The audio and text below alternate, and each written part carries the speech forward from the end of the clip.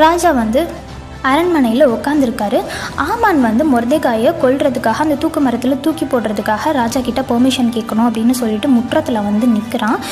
ராஜா வந்து முற்றத்தில் நிற்கிறது யார் அப்படின்னு பார்த்துட்டு ஆமான் நிற்கிறான் அப்படின்னு சொல்கிறாங்க. உடனே ஆமானை உள்ளே கூப்பிடுறாரு. ராஜா கேட்குறாரு, ராஜா வந்து ஒருத்தனை வந்து கனம் பண்ணணும்னு விரும்புகிறாருப்பா, அவனுக்கு என்னென்னலாம் பண்ணலான்னு நீ சொல்லு அப்படின்னு சொல்லிட்டு ஆமான் கிட்ட கேட்குறாரு. உடனே ஆமான் சொல்கிறாரு, ராஜாவுக்கும் ராஜாத்துக்கும் என்னை ரொம்ப பிடிக்கும்.